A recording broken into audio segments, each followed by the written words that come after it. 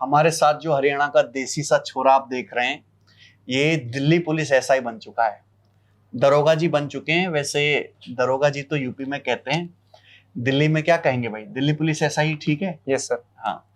All India rank 45 इनकी आई है। SSC CPO 2024 का इन्होंने पेपर क्लियर किया है और साहिल इनका नाम है।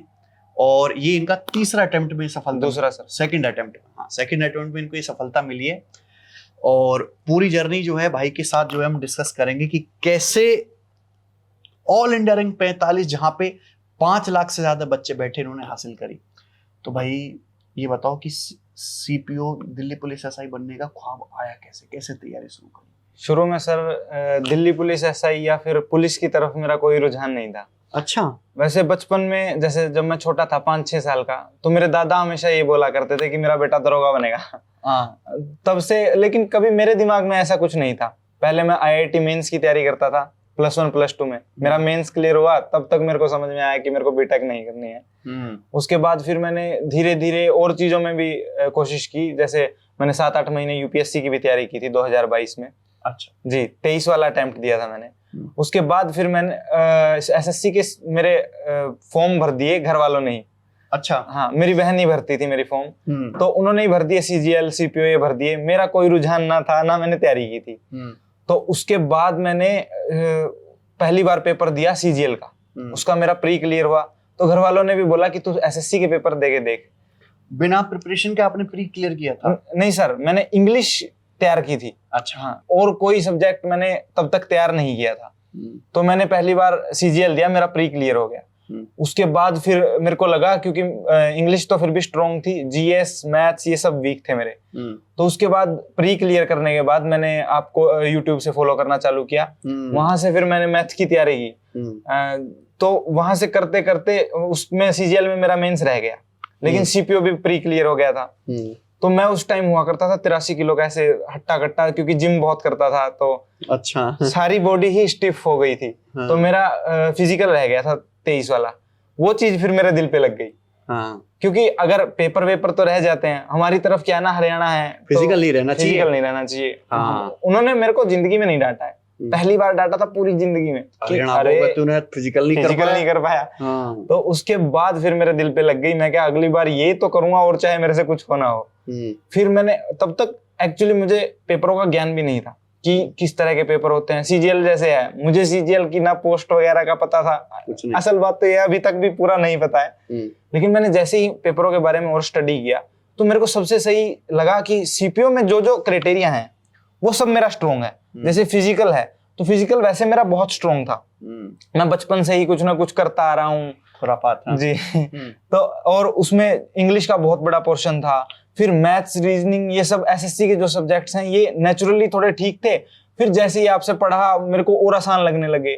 उसके बाद फिर मैंने इसी की तरफ, मैं गया दिल्ली पुलिस लेने। प्राइम टारगेट बना लिया? हाँ, प्राइम टारगेट। इसके लिए मैंने बहुत बीच में फिजिकल वगैरह, एग्जाम वगैरह, मेंस छोड़े हैं।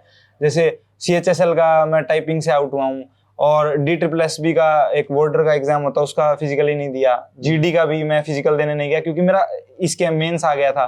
तो इसके लिए मैंने 4-5 एग्जाम छोड़े हैं कि मेरे को अब यही करना, या तो होगा या नहीं, आर पार की लड़ाई। तो 2024 में पूरी तैयारी फिर? जी, 2000 अब ये, क्योंकि आपको पता है प्रोसेस भी 1.5 साल का था। इसके बीच में जितने भी पेपर आए, प्री तो फिर भी दे दिए थे, प्री सबके निकल गए थे, क्योंकि अब तो तैयारी हो गई थी। लेकिन बीच में मैं उनके मेंस भी देने नहीं गया हूँ 2-4 पेपरों के। अच्छा। या तो ये होगा या कुछ नहीं होगा। फिर तो उसके बाद ही देखेंगे जब हार जाएंगे।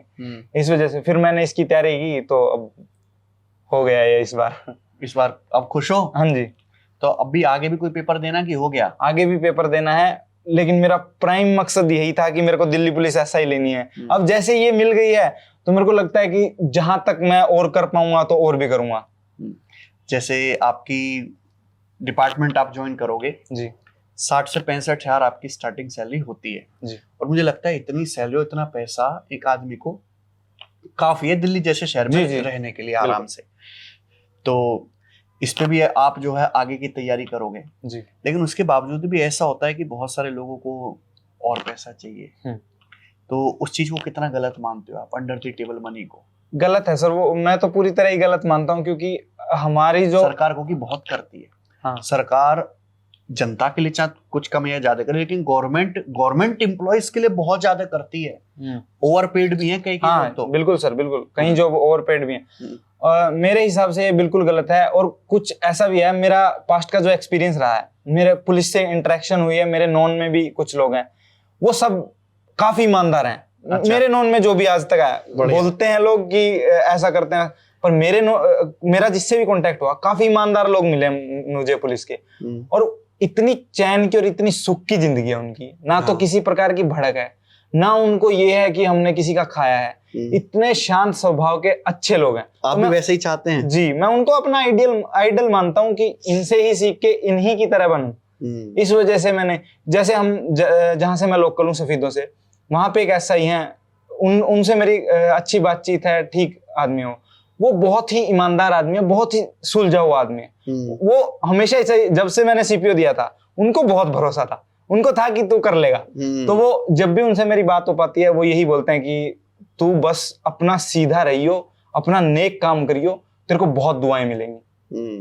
तो इसी वजह से यही मेरा लक्ष्य है। पुलिस वाले अच्छा काम, सैलरी तो मिलनी है जी, पुलिस वाले अच्छा काम करें तो दुआएं पाते हैं जी, और गलत काम करें तो बद्दुआ मिलती है जी। वो बद्दुआ फिर बुढ़ापे में जाके या उनके औलादों पे, उनके परिवार पे फलती जरूर है जी। तो इसलिए कोशिश ये करनी है कि दुआ मिले अपन को, जी। अच्छा काम करें।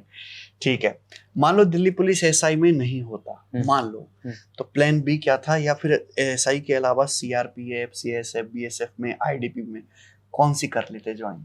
सीआईएसएफ शायद ज्वाइन कर लेता। मेरा क्या है ना सर, फैमिली का काफी चीजें मेरे को संभालनी पड़ती हैं, तो मैं घर से दूर नहीं जा सकता हूँ, चाहे किसी भी प्रकार की जॉब हो, ज्यादा दूर नहीं जा सकता हूँ। हाँ। ऐसी जॉब चाहिए थी मुझे जिससे मैं कम से कम घर पे कोई इमरजेंसी हो तो मैं आ पाऊँ जल्दी से। हाँ, ये सबसे बड़ी प्रायोरिटी यही थी। सीआईएसएफ भी अगर दूर देते तो भी घर वाले नहीं करने देते, कुछ मैं भी नहीं कर पाता क्योंकि मुझे घर संभालना होता है। तो इस वजह से दिल्ली ही मेरी प्रायोरिटी थी। हो सकता है अगर बाहर मिलती तो मुझे जॉब छोड़नी ही पड़ जाती। जब आपका सिलेक्शन हुआ तो टीसीएस ने पेपर कराया? जी। नीट एंड फेयर पेपर हुआ आपका? जी। फिजिकल वगैरह उसमें कोई किसी प्रकार की दिक्कत नहीं हुई? अब एडुकेटी आ गया है जी, बताइए आपको तो। जी जी। एआई पेपर करवा रहा है, आदमखोर एआई कुछ भी पूछता है, और एग्जाम सेंटर पे सर्वर की दुनिया भर की टेक्निकल प्रॉब्लम्स हैं जी। मान लो उस टाइम की बजाय अगर आज पेपर देना होता जी, तो थोड़ा हार्ड लगता कि नहीं आपको? हार्ड और अनसर्टेन बहुत ज्यादा हो जाता, अनसर्टेन हो जाता ना, क्योंकि तैयारी आप कर रहे हो लेकिन क्या पता वो तैयारी काम आएगी या नहीं आएगी। उस टाइम के हिसाब से आप तो कंपेयर कर सकते हो पूरा। जी, बिल्कुल। आप उस टाइम पे सिलेक्ट हुए हो, इस टाइम पे आज के बच्चों को देख रहे हो। अरे सर, मैं एडुकेटी का सीजीएल का एग्जाम भी तो दे के आया हूँ। हाँ। तो क्या सुधार की जरूरत है अब, और क्या चीज फर्क दिख रही है आपको? एक तो सर पेपर का जो लेवल है वो काफी अजीब तरीके का है। जैसे मैं जो पेपर दे के आया हूँ, अब मैथ्स, रीजनिंग, सीजीएल क्या है, स्पीड का पेपर है, उसमें एक दो सवाल तो गलत होना ही चाहिए, ऐसा पेपर तो बनता ही था। उसमें कोशिश भी नहीं करनी पड़ी अब की बार। मैथ्स और रीजनिंग मेरी शिफ्ट में हो सकता है, बाकी मेरे तो बहुत ज्यादा इजी था।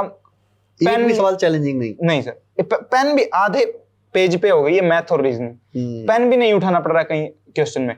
और जीएस ऐसी पूछ दे रहे हैं कि आपको चाहे कितना ही ज्ञान हो तो आप कुछ नहीं कर पाओगे उसमें। इंग्लिश इतनी लेंथी पूछ दे रहे हैं कि 500 वर्ड का पैराग्राफ आ रहा है, वही पढ़ने में इतना टाइम। रीजनिंग से ज्यादा टाइम मैंने इंग्लिश में लगाया, आप समझ लीजिए सब्जेक्ट में कितना डिफरेंस है। और तो फिर ये पहले बहुत सुधारना चाहिए। पहली बात तो जैसे जो मैंने पेपर दिया, मेरे उसमें नंबर बने 157.5। मैं घर आया, मेरे साथ वाला भी दे के आया था, उसके नंबर बने 101 कुछ बने हैं। उसने मेरे को, अब हम दोनों का जो प्रिपरेशन का लेवल है उसमें इतना गैप कतई नहीं हो सकता। अच्छा, हम दोनों इकट्ठे ही तैयारी कर रहे हैं, हमारे लगभग इकट्ठे ही नंबर बन रहे हैं हर पेपर में। उसने सीपीओ दिया ही नहीं था, उसकी हाइट थोड़ी कम है। बाकी सब पेपर में हमारे 4 नंबर का गैप है, कहीं 5 नंबर का गैप है। और मैं तैयारी छोड़ चुका हूँ सीजीएल वगैरह की प्री के टाइम से, सीपीओ प्री के टाइम से। तो मेरे 157 कैसे बन सकते हैं और उसके 101 नंबर कैसे बन सकते हैं? इतना गैप तो ठीक नहीं है। अब ये तो किस्मत की बात हो गई, और किस्मत जहाँ चल रही है तो वो पेपर कैसा रह गया। बढ़िया बढ़िया। तो ये चेयरमैन, अगर आपको मौका मिले एक दिन का चेयरमैन बनने का एसएससी के, तो क्या चीज सबसे पहले सुधारोगे अभी? सबसे पहले तो, क्योंकि मैंने तो पर्सनली तो बस यही चीज देखी है कि पेपर के लेवल में बहुत फर्क है। मेरे हिसाब से इतनी शिफ्ट्स हैं, उनको इक्वल किया जा सकता है, इतनी कोई बड़ी बात है नहीं। तो मेरे हिसाब से सबसे पहला काम तो यही करना चाहिए कि सबका शिफ्ट एक जैसा हो, इतना नॉर्मलाइजेशन करना ही ना पड़े कि ऊपर से नीचे आए, नीचे से ऊपर जाए, क्योंकि मैं खुद मार सह चुका हूँ 2024 वाले की। मेरे 322 रो मार्क्स थे, 20 तारीख को पेपर पड़ गया था। जैसे ही वो देखा मैंने नॉर्मलाइजेशन वाला सीन, तो दोबारा कभी चेक ही नहीं किया, क्योंकि पता था 322 पे भी कुछ नहीं मिलेगा। इस वजह से ये नॉर्मलाइजेशन इतना करना ही ना पड़े, एक लेवल का पेपर हो, सबसे पहला चेंज यही होना चाहिए। बढ़िया। ये जो तैयारी करी आपने घर पे रहते हुए करी है कि लाइब्रेरी में जाके पढ़ते थे? और घर पे तैयारी करने में क्या दिक्कत है बच्चों को जो पूरा देश लाइब्रेरी में जाके पढ़ रहा है? सर, जिसको वैसे तैयारी करनी है वो वैसे तो घर से भी कर सकता है। मेरा पर्सनल ओपिनियन ये है कि लाइब्रेरी बेस्ट है आपके लिए। यस, मैंने खुद भी लाइब्रेरी से ही तैयारी की है। मैं दिल्ली रहता था कुछ दिन, अभी 1.5 साल हो गया होगा मैं दिल्ली रहता हूँ। लाइब्रेरी में क्या है, अगर आपकी नीयत साफ है तो बहुत बढ़िया है। तो आप एक तरफा कर सकते हो, 1 साल भी बहुत आपके लिए, आप अगर मन लगा के पढ़ रहे हो। लेकिन घर पे एक समस्या ये हो जाती है, जैसे हमारे जिस हिसाब के परिवार हैं उनमें काम ही इतने होते हैं कि अभी, क्योंकि एक तो कुनबे इतने बड़े बड़े हैं, अभी हमारे इसे ही लगा लो 80 लोग हैं एक कुनबे में।